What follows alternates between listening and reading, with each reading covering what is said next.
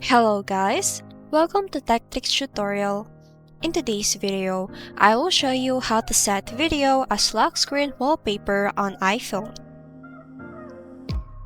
So first things first, you need to go to your app store and install this app, which is the Video to Live, and then click the video and live photo. So after that, you have to select a video that you want to use as a wallpaper. After that, you can now crop the video that you've chose and what part of the video that you want to appear on your home screen or your lock screen. After that, click the make option and choose the live photo and then wait for it to be loaded.